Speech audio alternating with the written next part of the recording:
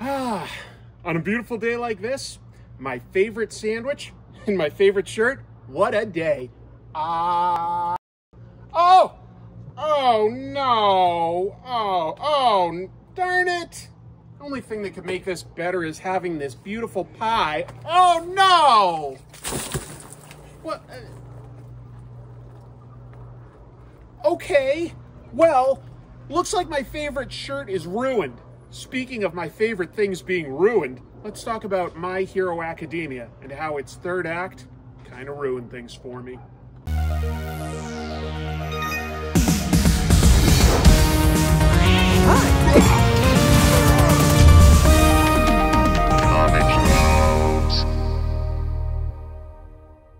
Hello, welcome to Comic Tropes. I'm your host, Chris. Folks, several years back, I made an episode about My Hero Academia. In that, I argued that it was a really good manga. Great manga. Now, a lot of my points will still stand. I think that it's a fascinating idea to take Western superheroes and pass that through the lens of shonen battle manga.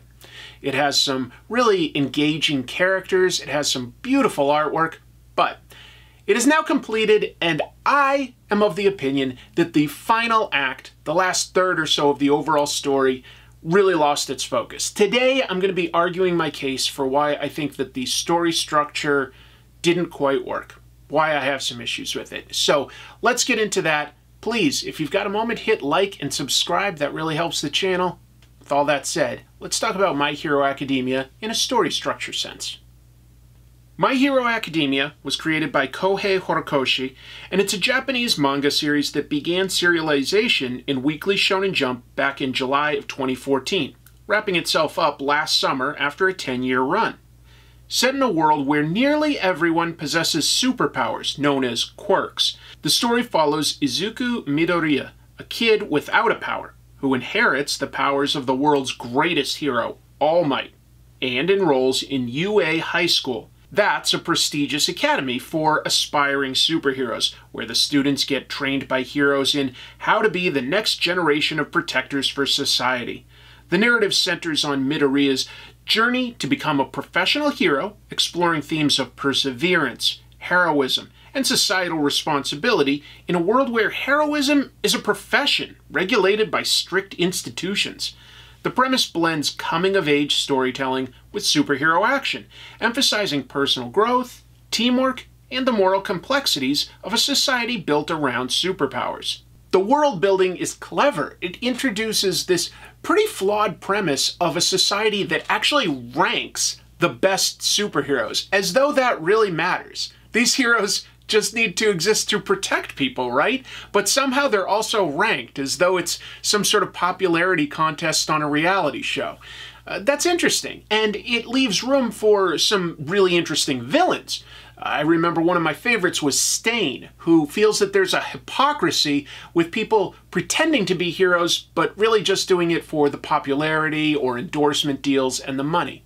Some pretty interesting world building. The story itself revolves around a large and entertaining cast, with Izuku Midoriya as the heart of the series. Midoriya, initially quirkless, is a determined and empathetic teenager who gains the transferable quirk One for All from All Might, the world's symbol of peace. His journey is shaped by his classmates at UA High, including Katsuki Bakugo, a fiery and talented rival with explosive powers, Ochaka Uraraka, a kind-hearted girl with gravity-defying abilities, and Shoto Todoroki, a quiet and reserved prodigy wielding fire and ice. Now, I would argue that that diverse cast that they introduce all have interesting motivations and potential story implications of where they could end up, and that the story fails a lot of those supporting characters by the end. Bakugo is one of the most popular because he really starts the story as a bully, and he eventually does learn to respect Midoriya and treat him as an equal, as a hero. But of course, by the very end, he also gets killed and then also instantly revived, and so he's sort of taken out of the equation to some extent. Uraraka has a great motivation where she's trying to be a professional hero to provide for her family, who's very poor. that's an interesting and noble idea, but she's pretty much sidelined to a love interest by the end. And Todoroki, his father is incredibly competitive. He wants to be the #1 hero, and he wants to raise children to be the #1 hero of the next generation. And that points to these deep flaws in a society that cares that much about ranking heroes. But ultimately, none of that ranking system is truly addressed by the end. Other important characters include All Might, a Superman-esque figure who mentors Midoriya, while villains like Tomura Shigaraki, leader of the League of Villains, and All for One, a manipulative mastermind, challenge the hero's ideals. Each character's distinct personality and quirk contribute to the story's dynamic ensemble, driving both personal and collective growth. Kohei Horikoshi's original vision for My Hero Academia was rooted in blending Western superhero comics with Japanese manga storytelling. In a 2018 interview with comicbook.com, Horikoshi said, quote, "Yeah, I literally have a Japanese translated version of a US superhero title in my left hand, and I'm drawing with my right." Horikoshi aimed to craft a world where superpowers were commonplace, yet the focus remained on human struggles, such as self-doubt, ambition, and the pressure to live up to ideals. The initial chapters emphasized Midoriya's underdog journey, his analytical mind, and his growth through UA High's training arcs, like the sports festival and hero internships. The early arcs balanced slice-of-life elements such as classroom antics and exams with smaller-scale battles, keeping the stakes personal and grounded. In the manga's defense, I absolutely agree that all of these students would need to eventually go beyond the classroom and fight battles to truly become heroes, their goal. That would make sense.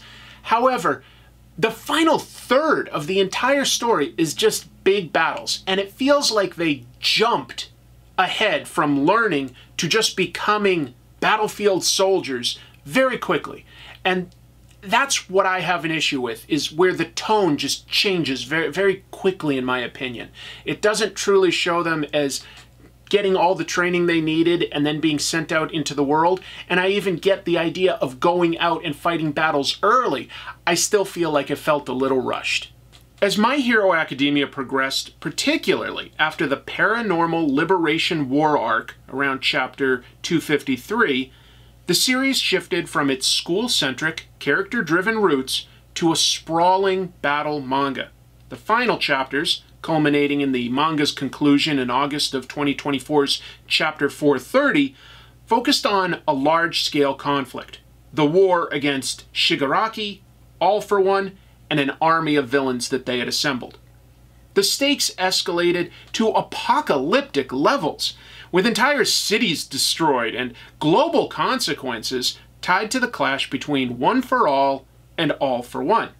The shift prioritized action-packed sequences, new quirk powers awakening in Midoriya, and massive battles over the earlier emphasis on training, personal growth, camaraderie, and societal critique.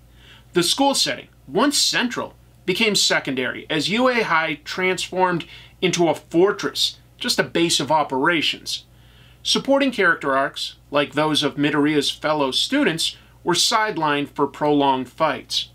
The final arc focused heavily on Midoriya's battle against Shigaraki, with themes of redemption and sacrifice, but reduced the focus on the hero's society's systemic issues, which had been a hallmark of early chapters. The transformation marked a significant departure from the initial chapters, where battles were smaller and tied to character development, such as Midoriya's struggles to control One for All without getting himself injured, or Bakugo's rivalry-fueled growth. Early arcs, like the USJ incident or Sports Festival, used fights to explore personalities and motivations, while later arcs, like the Final War, leaned on spectacle, with sprawling multi-chapter battles and less emphasis on the everyday lives of aspiring heroes. Horikoshi's shift may have been influenced by Shonen Jump's competitive landscape, where high-stakes action often drives popularity with the readers.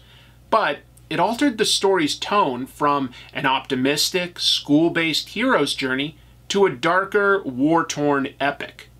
Unlike the classic hero's journey model for storytelling, where a hero goes on a journey, achieves a definitive victory, and returns home with either new abilities or a new understanding, this subverts some of those expectations, because Midoriya was always said to be on a journey to become the world's best hero, but he ultimately loses his quirk, one for all, and he becomes a teacher. And I do think that that's one of the stronger elements of subverting expectations while still telling a complete and satisfying story for the character. However, the series kept All Might, Midoriya's mentor, alive, defying the hero's journey trope where the mentor often dies to spur the hero's growth. For instance, Obi-Wan Kenobi in Star Wars. It's hard for a hero to progress and become his own person if his mentor is still there to save and protect and guide him the whole way. All Might survives the final war, continuing to inspire as a retired hero and teacher, reinforcing the theme of legacy through guidance rather than sacrifice.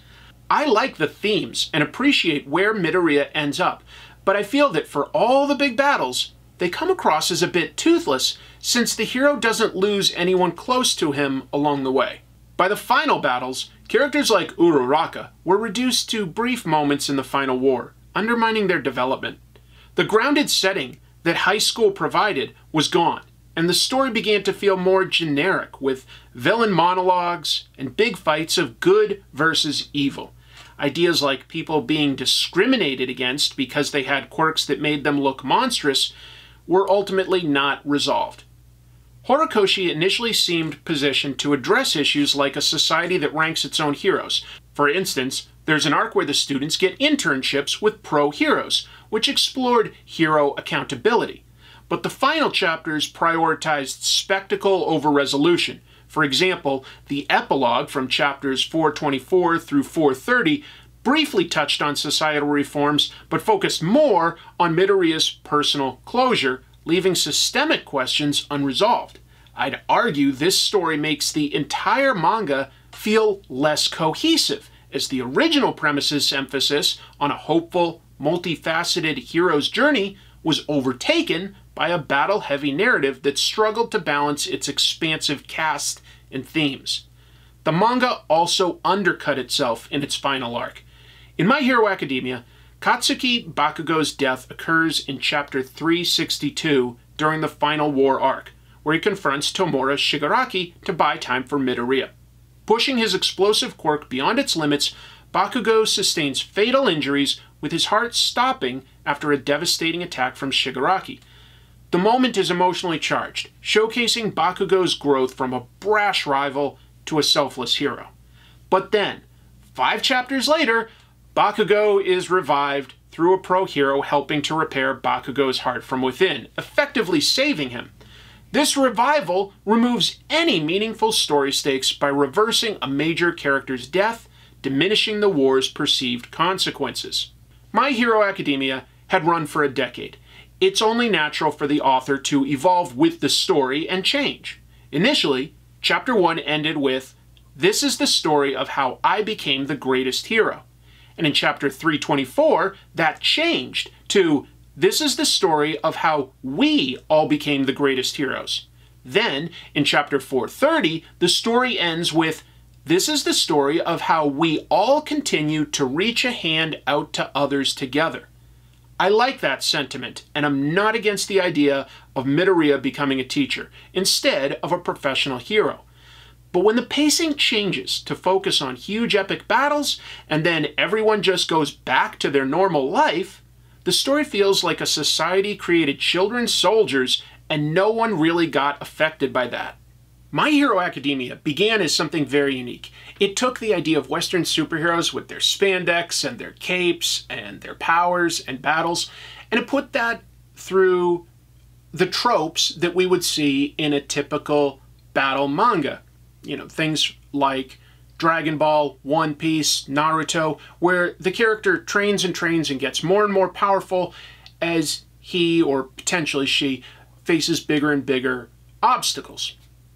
So I get where it ended up, but I think it lost something along the way. I think that story structure-wise, Midoriya, as the central hero, needed to go through something sacrificial or of personal loss to really become his own person. I think that that is a very important step on the hero's journey. And that just doesn't happen. I think that undercuts how dramatic things can get. I think that there were possibly too many characters in this book. I liked them. They were very different and fun and cool, but with so many, it just meant that they almost all did not get closure to the stories that were set up. And I think that earlier on, we got more intimate stories with them in a classroom setting, training, going on smaller battles, and we cared about those characters. By putting those characters that we'd followed sort of to the sidelines, and then having big battles where there's just tons of destruction, I think we lost why we cared about those battles. So for me, the final act of My Hero Academia means that as a total story, it moves from exceptional and excellent manga to just very good. And very good is still cool. Don't get me wrong. I would still potentially go back and reread this. I like the art and I like the characters. I'm just a little disappointed that it threw so many elements that made it cool and unique early on out the window. That's just my take. I'd be very curious to hear yours if you've either read the manga or watched the anime. Let me know in the replies if you agree or disagree with any of my arguments about the story structure. I'd be very curious to hear that. Anyway, thanks so much for watching. I've got a few more comments during the credits, and until then, I'll see you next time. Keep reading comics. Bye. Professional. All these epic... I stuttered. Darn it. And that defies the hero's journey trope where the mentor often characters like Uraraka who were reduced... almost got it. There's an arc where the students get internships... What was that? And putting it through the lens of battle manga. Thank you so much for watching. I hope I laid out my arguments in a clear and concise manner. Yeah, it is still a cool manga. It was so close to being one of my all-time favorites, and I don't know. It might not bother people that have maybe read less stories, honestly, because if this is all new to you, it's going to be a little bit cooler. And, you know, I'm older. I'm probably not the perfect target audience for My Hero Academia in some levels, but I liked it. I was a big fan of something that I considered a little similar, New Mutants with Marvel. I thought New Mutants was awesome, seeing these people with powers getting trained to become heroes instead of just being thrust out into the world and figure it out like Spider-Man did.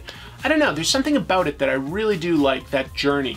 But, you know, to be fair, New Mutants also kind of lost that element, and eventually they just sort of become X-Force. Folks, I do have a Patreon where I do an exclusive episode for my supporters at the $2 and above levels once a month, so I'd love it if you check that out. I've also got a weekly live show on Comic Tropes After Dark.